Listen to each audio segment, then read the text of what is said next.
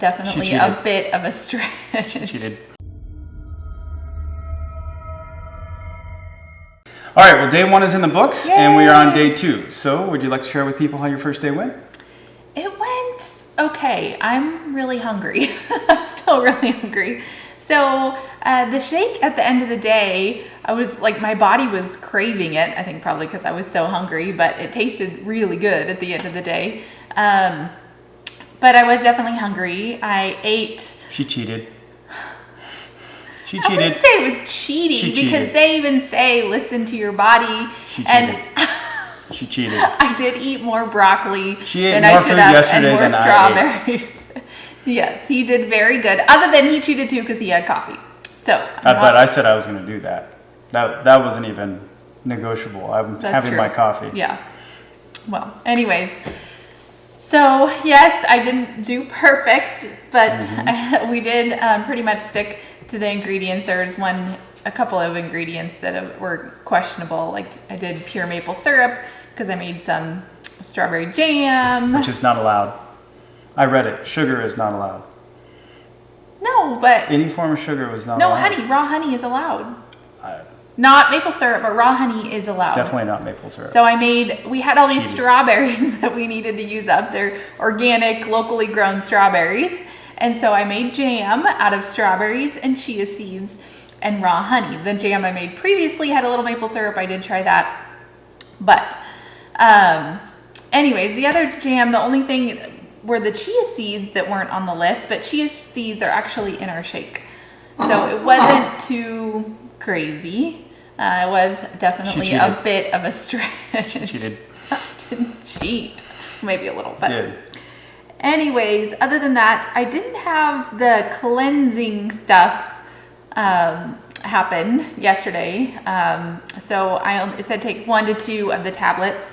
So of the Super Cleanse R, I actually looked at the ingredients, and there is senna in here, which is a stool softener.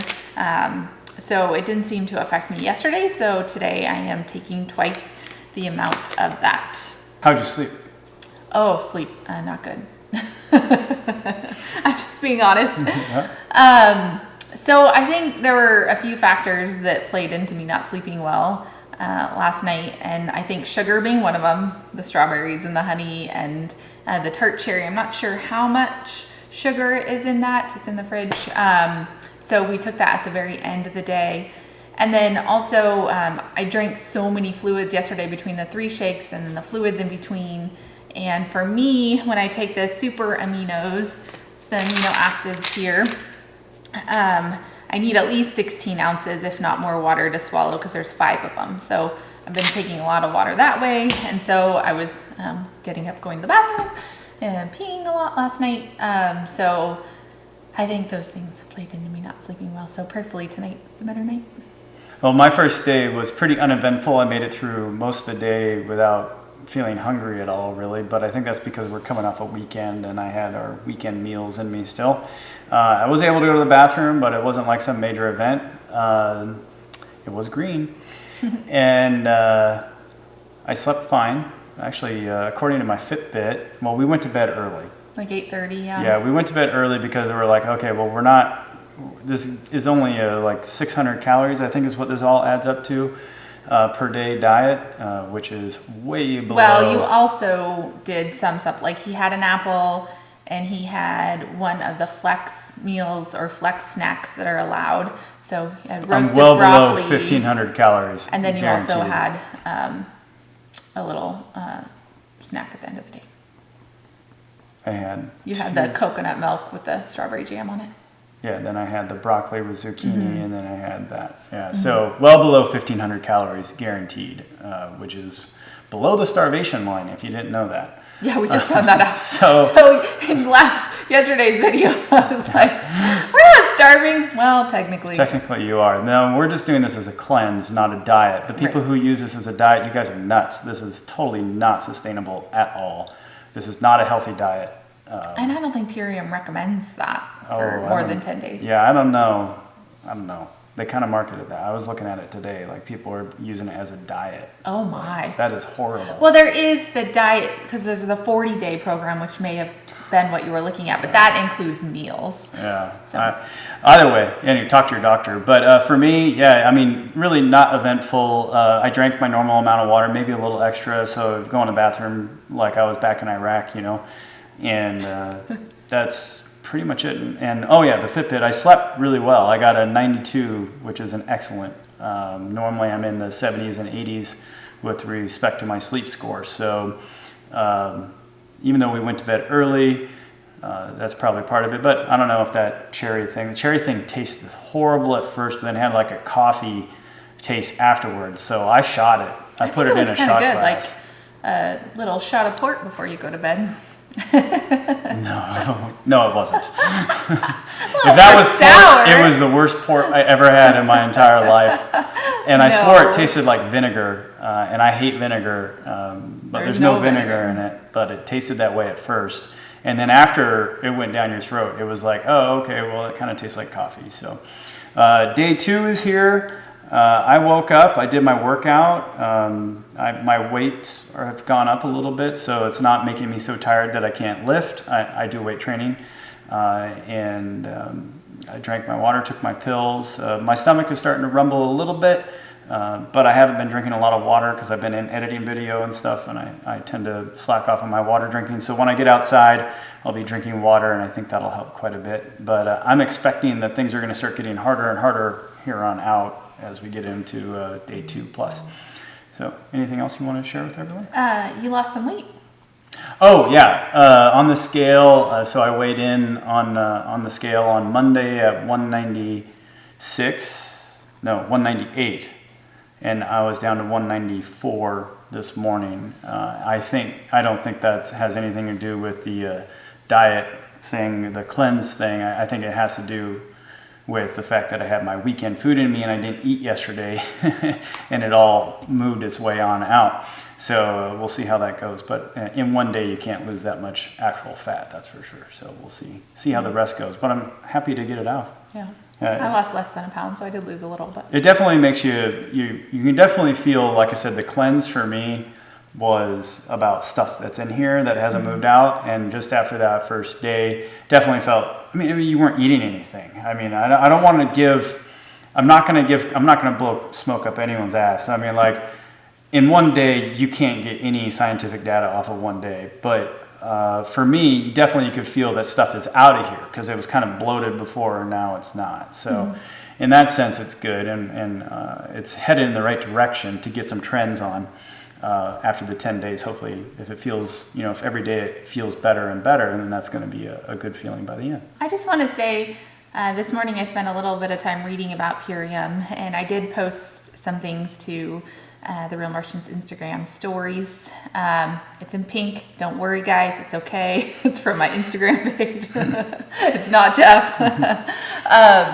But just their approach on eating organic food that's grown the right way, and it just really made me think of what we're doing with our project and providing sustainable food and energy for our local community and communities around the world, and how important it is to not only eat organic food from companies like Purium. This is a great place to start if you've have been off of the healthy diet for a while. I can't fully recommend it. We can't fully recommend it yet because we haven't. It's not getting my gone seal through of it. approval yet. Yeah, mine either. But at the same time, how important it is to eat organic and how important it is to grow your own food. Big ag companies out there, I don't believe that they have our best interest at heart. And your best interest is healthy, organic, grown as close to you as possible. So it's so important. And it's so important right now during these times. I know Jeff has said it, and we've said it in other videos, to grow your own. And not only do you have healthy food easily accessible, you know where it came from, you know what's in the soil, you know whose hands have touched it, and what mice may have crawled around in it, but that's another story. Anyway, so yeah. Yeah, it's a crazy time we're going into, and I think one of the key things about what we're doing with Eden and the grow boxes and grow towers is you can work with other people who have similar things or gardens, and as a community you can work together and grow your own food. Maybe you can grow the lettuce and somebody else can grow carrots and somebody else can grow potatoes, and that is how it used to be in the old days. That's how we made it this far as a civilization, and I think that's where we're going to be headed back to. So the stuff we're doing with Eden is very much in line with that, and getting back to pure food rather than food. It's really weird when you talk about pure food, like you have to pay special to have a label that says this is pure food, whereas people that don't have pure food don't have to put all their stuff on the labels. Yeah. Which is weird to me in today's world. Like you would think it would be the other way around. You would think that pure food would the thing that would be like, it's a carrot.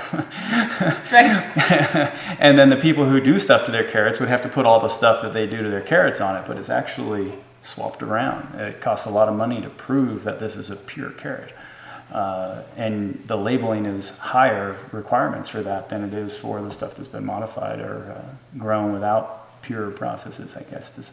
And it's also how we have changed over the years. And, our great-grandparents, they grew pure food. They didn't know labels because they didn't need the labels. They knew what was in their food and they grew it. And it wasn't until all these processed things came about and big ag and all of that stuff. And so I was even, trying to make naturally fermented pickles. And if you go back and read, and that's how they used to do it. That's how they used to store things. They naturally fermented things, and those things have probiotics in them. And it's just so cool to think about going back to the way that it used to be. We've come really far in other ways. In other ways, we have not come so far and even gone backwards. So I think going forward, remembering lessons learned and how they used to do things. And it's a lot of work too. Like today's world that we live in, the expectation is that everybody's out working, career, buying stuff, and to actually grow and preserve your own food. Yeah. We're finding, I'm learning that. It takes a tremendous amount of time. There's no way that you could go to work right now. No.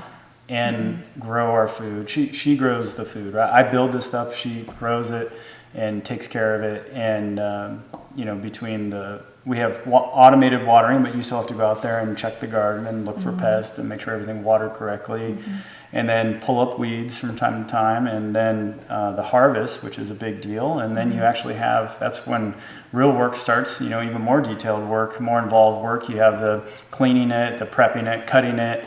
We're going with a lot of canning. We need to do more canning. I recommend everyone buy canning supplies right now. Freezing. We got more freezer space, so we can put stuff like to actually really grow your own food and to wean yourself off of the just-in-time logistics world that we live in, where you can go to the store and buy tonight's dinner and not have to even have a refrigerator at home, is very difficult, and it takes a lot of work, a whole lot of work, and we're learning that. So anyway, I think that's about it for this video. So we will come back to you again. We might, if we don't have anything interesting to report on the days, we'll roll them all into multiple video, or we'll roll multiple days into a single video if they're kind of boring and there's nothing to report. But if there's something exciting, we'll give you a report. I think it's good for this Purium folks to have a real review out there. I looked, and a lot of the reviews are all people who buy the product and then say all these great things about it. So you're going to get the real Martian treatment, and I'm just going to say it how it is. They can't hide from me.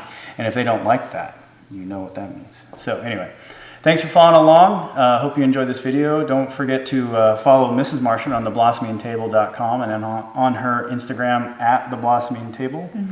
And then you can also follow us on Facebook, Twitter, on Instagram for The Real Martian. And if you like what we're doing, you can help us on Patreon. Meantime, this is Mrs. and Mr. Martian, out.